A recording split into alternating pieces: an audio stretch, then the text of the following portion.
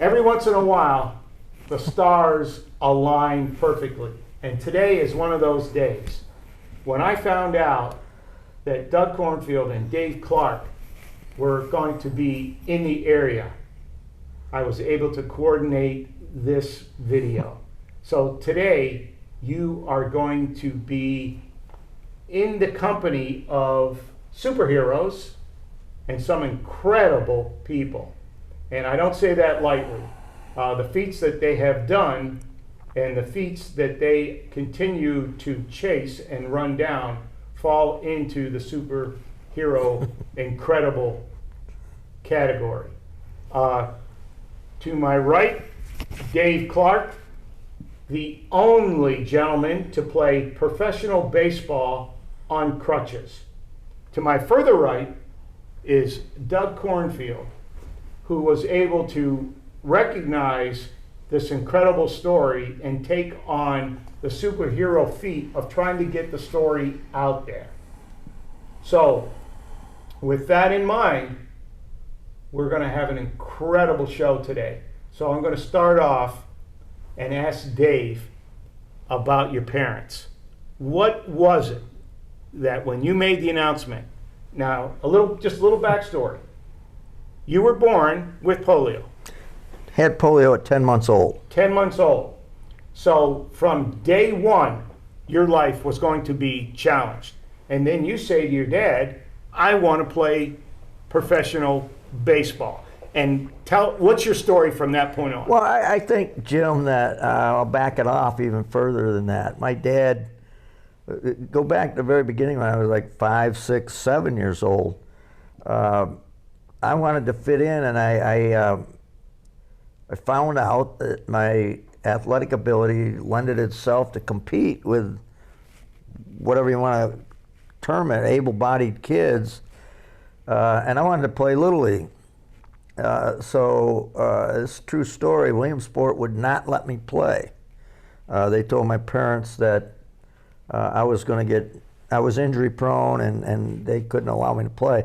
My parents actually drove to Williamsport. It's about an hour and a half then from Corning. Thank God we were close enough to the headquarters. And they went down and convinced Little League to give me a chance. And so I did. And I found out when Doug and I have found some old clippings. They're pretty cool. It's 375. This guy hits 375 on crutches. This guy does. And so that's where the dream actually started. And unfortunately, I read some of those articles and it said my hero was Mickey Mantle. I hate the Yankees. I can't stand the Yankees. But back then, Mickey Mantle was my hero. And so that's where the dream, the seed, was planted. And Dad actually coached a couple of those teams. We actually won a championship one year. I remember that. And then I started just continuing to play. And you find out in any business as you go higher up the pyramid, more and more people fall off. And you find out, most of us find out the level it is on that pyramid that we're going to fall off. And I kept going, and I found even through high school that I was able to compete with some of the better athletes in Corning. And but I'll attribute that to my parents. I tell this all the time to the parents and caregivers of the people that come to our camps, our baseball and hockey camps that we do for kids with limitations, is that I find that we tend to reel the leash in really tight when we have a child with limitations. My parents never did that. They never did that. Dad, I want to go play hockey. Okay, give it a shot. Dad, I want to play baseball. Give it a shot. I want to play football. Give it a shot. And I'll tell another story later on if we have time where they doubted, but they didn't show it. And they let me pursue my potential on my own. If you reel that leash in real tight, I don't care who you are. Every one of us has potential. What it is, I don't know. But you've got to be free to find out where that potential is. And a lot of times with limitations, we don't do that.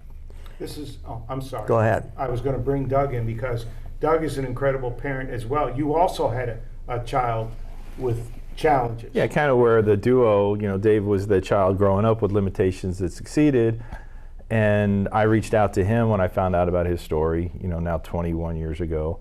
Sorry that you've known me for that long, but it's the way it is.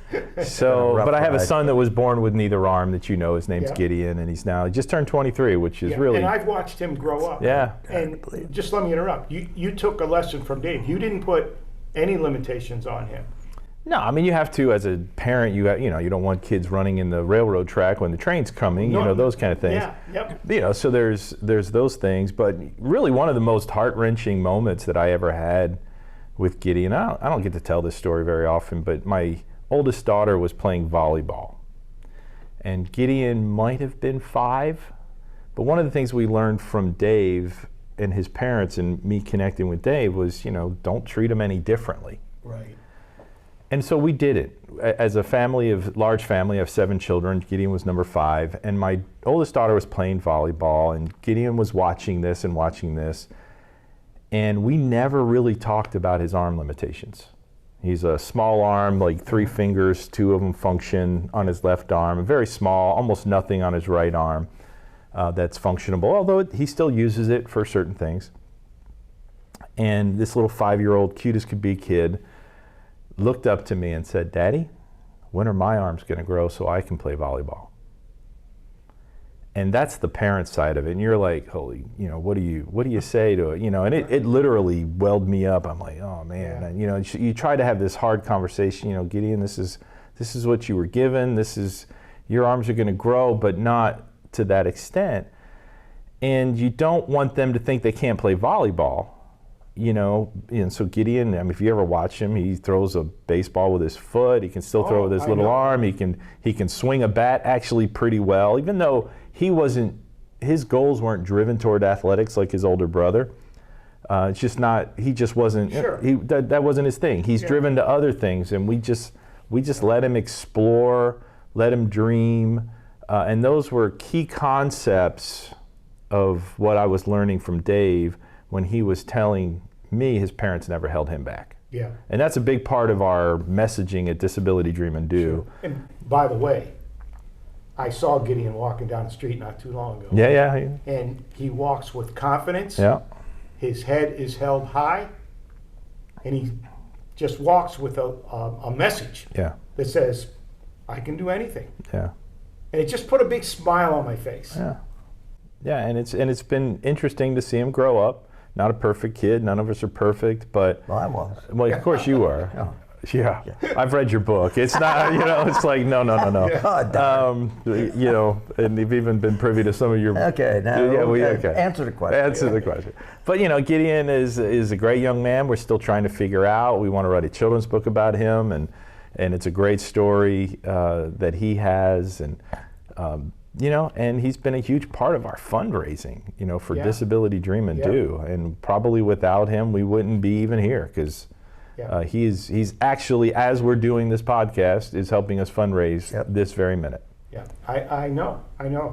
He's probably down in the Gaffer District, right? He is right now. He is, Yeah. We got some other things going on this weekend. It's amazing to see him catch a ball with his foot, throw a ball. Well, he doesn't catch a ball with his foot. Well, I've not seen that. D3, he catches He can catch it with his hand, but he also can kind of grab those. Yeah. He throws it and toss. And he's thrown first pitches actually at a major league game, spring training, and he's thrown first pitches where he's thrown a strike, and the able-bodied kids, didn't even get close to the catcher, Before we get into some of the really fun stories, I want to skew it towards the business side, where you talk about strengths and weaknesses. And some of the people in my world, in the entrepreneurial world, everybody always says, well, entrepreneurs have to wear many hats. And my perception is the more hats you wear, the less successful you're going to be, because you wear a lot of hats, but you do everything poorly. So what's your take on that, Dave? Give this talk all the time in professional baseball and hockey locker rooms when we have the privilege of talking to the players that are going to be involved with our camps. And I gave it to my players when I was a coach myself, and I really feel Because in my profession, growing up, or coming up the ladder, many coaches, so it's not just in your entrepreneurial world, but many coaches in athletics will tell the players, work on your weaknesses and make them better. My perception, maybe coming from a unique perspective, I had to use the tools that I was given. I didn't have the tools that most guys have that get to the pro level. So to get to the pro level, I had to use my strengths. And so I drive that home to the guys in the locker rooms, to the players I coach, work on your strengths. Because that's what got you here, and that's what's going to keep you here. I could have worked all day, Jim, on trying to run faster to first base, which was a weakness. It wasn't going to do me any good. What it was going to do was going to take away time that I could have been working on my strengths to strengthen them. Yeah, and that's the key point right there. So as a coach, and I wasn't always successful because you've got to have horses to be successful no matter what. But as a coach, I strived to find out where each player would fit into my game plan. I didn't want a number 9 hitter batting number 4 because I was putting him in a place where he wasn't going to succeed. I want to put my players in a place that I feel their strengths are going to lead them to succeed. Because if they succeed, it's a catch-22. The more success you have, the more confidence you develop. The more confidence you develop, the more success you're going to have. So it's a wheel that goes around. So I tried to find that number 4 guy and put him in there. I tried to find that number 9 hitter, put him there, 1 hitter. And no matter what you do, whether it's a business plan or whatever, you got a team. Even if you're a businessman, you have a team. This person's good at doing that. This person's good at doing that. Don't put him over here or her where they're not as good. And I've had coaches, during my career go, well, we want you to go over here because we want you to experience what it takes to play that position. No. BS. You stay where you're good because I don't want to, if I put you over there and you don't have success, all of a sudden we're chipping away at that confidence. Yes. And all of a sudden you're not as confident anymore. And therefore you're not as successful anymore. My whole philosophy was to do what I was good at. And then give you another example. My top fastball was 79 miles an hour. So at 14 or 15, when I started formulating that idea of trying to play at a higher level, I thought, that ain't going to get me there. 79, a catcher at the pro level can catch you with a Kleenex. So I have to develop outside the box. What can I do to pursue my dream? What can I detour?